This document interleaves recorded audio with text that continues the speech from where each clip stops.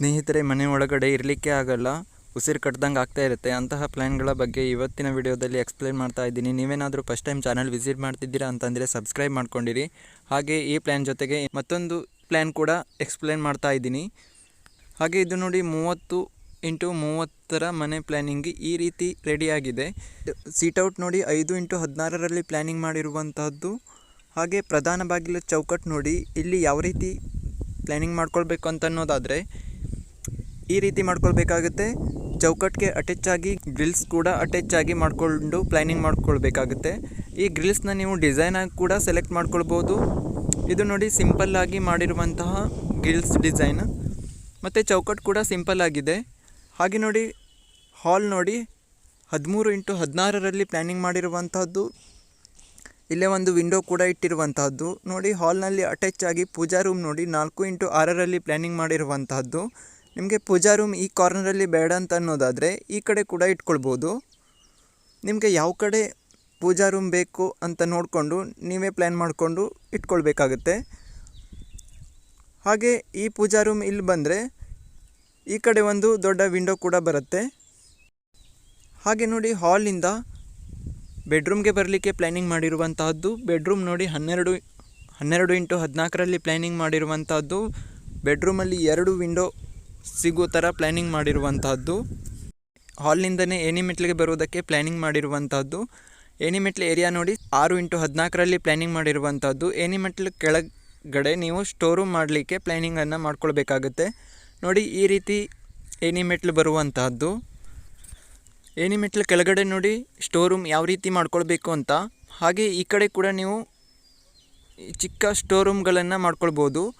ಹಾಗೆ ನೋಡಿ ಹಾಲ್ನಿಂದ ಕಿಚನ್ಗೆ ಹೋಗುವಾಗ ಈ ಕಡೆ ನೋಡಿ ಇದು ಹಾಲ್ ಕಡೆ ಇರುವಂತಹ ಗೋಡೆ, ಹಾಗೆ ಈ ಕಡೆ ನೋಡಿ ಇದು ಏಣಿ ಮೆಟ್ಲು ಕಡೆಗೆ ಇರುವಂತಹ ಗೋಡೆ. ಇಲ್ಲಿ ಮಧ್ಯದಲ್ಲಿ ನೀವು ಬೀಮನ್ನು ಹಾಕಿ ಅದಕ್ಕೆ ಲೈಟಿಂಗನ್ನು ಹಾಕೊಳ್ಳೋದಕ್ಕೆ ಪ್ಲ್ಯಾನಿಂಗ್ ಮಾಡ್ಕೊಳ್ಬೇಕಾಗುತ್ತೆ. ಅದು ನೋಡಿ ಈ ರೀತಿ ಇರುತ್ತೆ. ಈ ಸೈಡ್ ನೋಡಿ ಇದು ಹಾಲ್ ಕಡೆಗಿರೋ ಗೋಡೆ, ಹಾಗೆ ಈ ಕಡೆ ನೋಡಿ ಏಣಿ ಕಡೆ ಇರೋ ಗೋಡೆ. ಇಲ್ಲಿ ನೋಡಿ ಮೇಲೆ ಬೀಮನ್ನು ಹಾಕ್ಕೊಂಡು ಅದಕ್ಕೆ ರೌಂಡ್ ಲೈಟನ್ನು ಸೆಲೆಕ್ಟ್ ಮಾಡ್ಕೊಳ್ಬೇಕಾಗುತ್ತೆ. ಇದನ್ನು ನೀವು 4 ಫೀಟ್ ಅಗಲದಲ್ಲಿ ಇಟ್ಟು ಪ್ಲ್ಯಾನಿಂಗ್ ಮಾಡ್ಕೊಳ್ಬೇಕಾಗುತ್ತೆ. ನೋಡಿ ಈ ರೀತಿ ಬರುತ್ತೆ. ನೀವು ರೌಂಡ್ ಲೈಟ್ಗಳನ್ನು ನೀವು ಗೋಲ್ಡ್ ಮತ್ತು ವೈಟಲ್ಲಿ ಸೆಲೆಕ್ಟ್ ಮಾಡ್ಕೊಳ್ಬೇಕಾಗುತ್ತೆ. ಚಿಕ್ಕ ಚಿಕ್ಕ ರೌಂಡ್ ಲೈಟ್ಗಳನ್ನು ಸೆಲೆಕ್ಟ್ ಮಾಡೋದ್ರಿಂದ ಇನ್ನೂ ಕಲರ್ಫುಲ್ಲಾಗಿ ಮಾಡ್ಕೊಳ್ಬೋದು. ಹಾಗೆ ಹಾಲ್ನಿಂದ ಕಿಚನ್ಗೆ ಬಂದಾಗ ಕಿಚನ್ ನೋಡಿ 12x16ರಲ್ಲಿ ಪ್ಲ್ಯಾನಿಂಗ್ ಮಾಡಿರುವಂತಹದ್ದು. ಹಾಗೆ ಈ ಕಿಚನ್ ಸ್ಟ್ಯಾಂಡ್ ನೋಡಿ ಯು ಶೇಪಲ್ಲಿ ಕೂಡ ತಗೊಳ್ಬೋದು ಅಥವಾ ಎಲ್ ಶೇಪಲ್ಲಿ ಕೂಡ ತಗೊಳ್ಬೋದು. ನಿಮಗೆ ಯಾವ ರೀತಿ ಬೇಕೋ ಆ ರೀತಿ ನೀವು ಕಿಚನ್ ಸ್ಟ್ಯಾಂಡನ್ನು ಮಾಡ್ಕೊಳ್ಬೋದು. ಹಾಗೆ ಇಲ್ಲಿ ಗ್ಯಾಸ್ ಸ್ಟವ್ ಬರುವಂತಹದ್ದು. ಇಲ್ಲೇ ಒಂದು ವಿಂಡೋ ಕೂಡ ಇಟ್ಟು ಪ್ಲ್ಯಾನಿಂಗ್ ಮಾಡಿರುವಂತಹದ್ದು. ಹಾಗೆ ಕಿಚನ್ನಿಂದ ನೋಡಿ ಯುಟಿಲಿಟಿ ಮತ್ತು ವಾಶ್ರೂಮ್ ಕಡೆಗೆ ಬರಲಿಕ್ಕೆ ಪ್ಲ್ಯಾನಿಂಗ್ ಮಾಡಿರುವಂಥದ್ದು. ಇಲ್ಲೊಂದು ಡೋರ್ ಬರುತ್ತೆ. ಈ ಯುಟಿಲಿಟಿ ಏರಿಯಾ ನೋಡಿ 12x14ರಲ್ಲಿ ಪ್ಲ್ಯಾನಿಂಗ್ ಮಾಡಿರುವಂಥದ್ದು. ಅದರಲ್ಲಿ ಅಟ್ಯಾಚ್ ಆಗಿ ವಾಶ್ರೂಮ್ ನೋಡಿ 6x7ರಲ್ಲಿ ಪ್ಲ್ಯಾನಿಂಗ್ ಮಾಡಿರುವಂಥದ್ದು. ಅದರಲ್ಲಿ ಒಂದು ವಿಂಡೋ ಕೂಡ ಇಟ್ಕೊಳ್ಬೇಕಾಗುತ್ತೆ. ಹಾಗೆ ಈ ಕಡೆ ಒಂದು ವಿಂಡೋ ಬರುತ್ತೆ. ಹಾಗೆ ಈ ಏರಿಯಾವನ್ನು ನೀವು ಟಾಯ್ಲೆಟ್ ಕೂಡ ಮಾಡ್ಕೊಳ್ಬೋದು, ಇಲ್ಲಾಂತಂದರೆ ವಾಷಿಂಗ್ ಮೆಷಿನ್ ಇಡೋದಕ್ಕೂ ಕೂಡ ಪ್ಲ್ಯಾನಿಂಗ್ ಮಾಡ್ಕೊಳ್ಬೋದು. ಈ ಯುಟಿಲಿಟಿ ಏರಿಯಾ ನೋಡಿ ದೊಡ್ಡ ಪ್ಲೇಸಸ್ ಸಿಗೋ ಥರ ಪ್ಲ್ಯಾನಿಂಗ್ ಮಾಡಿರುವಂತಹದ್ದು. ಹಾಗೆ ಈ ಪ್ಲ್ಯಾನಿಂಗಲ್ಲಿ ನೋಡಿ ಎಲ್ಲವೂ ವಿಶಾಲವಾದಂತಹ ಪ್ಲೇಸಸ್ ಸಿಗೋ ಥರನೇ ಪ್ಲ್ಯಾನಿಂಗ್ ಮಾಡಿರುವಂತಹದ್ದು. ಹಾಲ್ ಇನ್ನೂ ದೊಡ್ಡದು ಬೇಕು ಅಂತ ಅನ್ನೋದಾದರೆ 13x18ರಲ್ಲಿ ಪ್ಲ್ಯಾನಿಂಗ್ ಮಾಡ್ಕೊಳ್ಬೋದು. ಆಗ ನೋಡಿ ಬೆಡ್ರೂಮ್ 12x12ರಲ್ಲಿ ಸಿಗುತ್ತೆ. ನಿಮ್ಗೆ ಹಾಲ್ ಕೂಡ ಇನ್ನೂ ದೊಡ್ಡ ಪ್ಲೇಸಸ್ ಸಿಗೋ ಥರ ಪ್ಲ್ಯಾನಿಂಗ್ ಮಾಡ್ಕೊಳ್ಬೋದು. ನಿಮಗೆ ಯಾವ ರೀತಿ ಬೇಕೋ ಆ ರೀತಿ ಇದೇ ಪ್ಲ್ಯಾನನ್ನು ಸ್ವಲ್ಪ ಚೇಂಜಸ್ ಕೂಡ ಮಾಡಿಕೊಂಡು ಪ್ಲ್ಯಾನಿಂಗ್ ಮಾಡ್ಕೊಳ್ಬೋದು. ಹಾಗೆ ಉಸಿರು ಕಟ್ಟುವಂತಹ ಪ್ಲ್ಯಾನ್ಗಳ ಬಗ್ಗೆ ಎಕ್ಸ್ಪ್ಲೇನ್ ಮಾಡೋಣ. ನೋಡಿ ಇದೊಂಥರ ಪ್ಲ್ಯಾನಿಂಗ್ ಇದೆ. ಇದು ನೋಡಿ ಸೀಟೌಟ್. ಹಾಗೆ ಸೀಟೌಟಿಂದ ಹಾಲ್ಗೆ ಬರುವಂತಹದ್ದು. ಹಾಲ್ನಿಂದ ನೋಡಿ ಬೆಡ್ರೂಮ್ ಕಡೆ ಹಾಲ್ನಿಂದನೇ ಬೆಡ್ರೂಮ್ಗೆ ಹೋಗಲಿಕ್ಕೆ ಒಂದು ಪ್ಲ್ಯಾನಿಂಗ್ ಮಾಡಿರುವಂತಹದ್ದು. ಹಾಗೆ ನೋಡಿ ಈ ಏರಿಯಾ ನೋಡಿ ಈ ಥರ ಓಣಿ ಟೈಪಲ್ಲಿ ಯಾವಾಗಲೂ ಈ ಪ್ಲ್ಯಾನನ್ನು ಮಾಡ್ಕೊಳ್ಬಾರ್ದು. ಈ ಪ್ಲ್ಯಾನಿಂಗ್ ಮಾಡ್ಕೊಳ್ಳೋದ್ರಿಂದ ಪ್ಲೇಸ್ ಕೂಡ ವೇಸ್ಟ್ ಆಗುತ್ತೆ ಮತ್ತು ರೂಮ್ಗಳು ಕೂಡ ಚಿಕ್ಕದಾಗಿಬಿಡುತ್ತೆ. ನೋಡಿ ಈ ಬೆಡ್ರೂಮ್ ನೋಡಿ 9x15ರಲ್ಲಿ ಪ್ಲ್ಯಾನಿಂಗ್ ಮಾಡಿರುವಂಥದ್ದು. ಈ ಬೆಡ್ರೂಮ್ಗೆ ಒಂದೇ ಒಂದು ವಿಂಡೋ ಇಡೋದಕ್ಕೆ ಸಾಧ್ಯವಾಗುವುದು. ಹಾಗೆ ಈ ರೂಮ್ ನೋಡಿ ತುಂಬ ಬಾರೀಕಾಗಿ ಉದ್ದವಾದಂತಹ ಪ್ಲೇಸ್ ಸಿಗ್ತಾ ಇದೆ ಈ ಬೆಡ್ರೂಮ್. ಹಾಗೆ ಈ ರೂಮ್ ಡೋರ್ಗೆ ಅಡ್ಡವಾಗಿ ಇನ್ನೊಂದು ಗೋಡೆ ಬಂದಿರೋದ್ರಿಂದ ಈ ರೂಮ್ಗೆ ಗಾಳಿ ಕೂಡ ಬರೋದಕ್ಕೆ ಸಾಧ್ಯವಾಗೋದಿಲ್ಲ. ಹಾಗಾಗಿ ಈ ರೂಮ್ ಗುಹೆ ಥರ ಆಗಿಬಿಡುತ್ತೆ. ಇದರೊಳಗೆ ಕೂರೋದಕ್ಕೂ ಆಗೋದಿಲ್ಲ. 24 ಗಂಟೆ ಕೂಡ ಫ್ಯಾನ್ ಹಾಕ್ಕೊಂಡ್ರೂ ಕೂಡ ಧಗೆ ಆಗ್ತಾ ಇರುತ್ತೆ.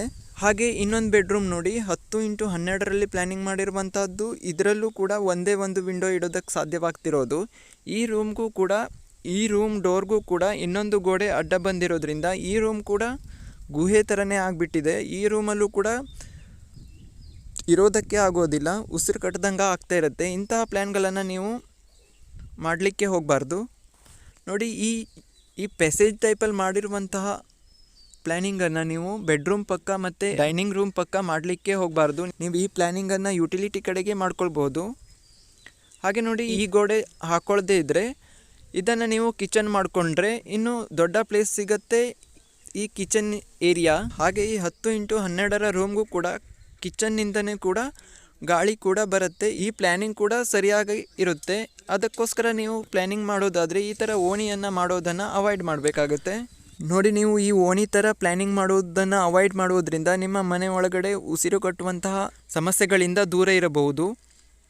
ನೀವು ಪ್ಲ್ಯಾನಿಂಗ್ ಮಾಡುವಾಗ ನೋಡಿ, ಈ ಥರ ಓಪನ್ ಆಗಿರುವಂತಹ ದೊಡ್ಡ ಪ್ಲೇಸ್ ಸಿಗೋ ಥರನೇ ಪ್ಲ್ಯಾನಿಂಗ್ ಮಾಡಿಕೊಂಡ್ರೆ ಉಸಿರುಗಟ್ಟುವ ಸಮಸ್ಯೆಗಳಿಂದ ದೂರ ಇರಬಹುದು. ಹಾಗೆ ಟಾಯ್ಲೆಟ್ ಟ್ಯಾಂಕ್ ಕೂಡ ನೀವು ಕಡಿಮೆ ಖರ್ಚಲ್ಲಿ ಮಾಡಬೇಕು ಅಂತ ಅನ್ನೋದಾದರೆ ನೋಡಿ, ಈ ರೀತಿ ಮಾಡ್ಕೊಳ್ಬಹುದು. ಮಧ್ಯದಲ್ಲಿ ಪಾರ್ಟಿಷನನ್ನು ನೀವು ಕಳ್ಗಳಿಂದ ಈ ರೀತಿ ಪಾರ್ಟಿಷನ್ ಮಾಡ್ಕೊಳ್ಬೋದು. ಇನ್ನೂ ಕಡಿಮೆ ಖರ್ಚಲ್ಲಾಗುತ್ತೆ ಮತ್ತು ಪ್ಲೇಸ್ ಕೂಡ ಉಳಿಸುವಂತಹ ಪ್ಲ್ಯಾನಿಂಗ್ ಮಾಡ್ಕೊಳ್ಬೋದು. ಹಾಗೆ ಮನೆ ಒಳಗಡೆ ಉಸಿರುಗಟ್ಟುವಂತಹ ಪ್ಲ್ಯಾನಿಂಗ್ಗಳನ್ನು ಯಾವುದೆಂದು ತಿಳಿದುಕೊಂಡ ವಿಡಿಯೋ ನೋಡಿದ ನಿಮಗೆಲ್ಲರಿಗೂ ಧನ್ಯವಾದಗಳು.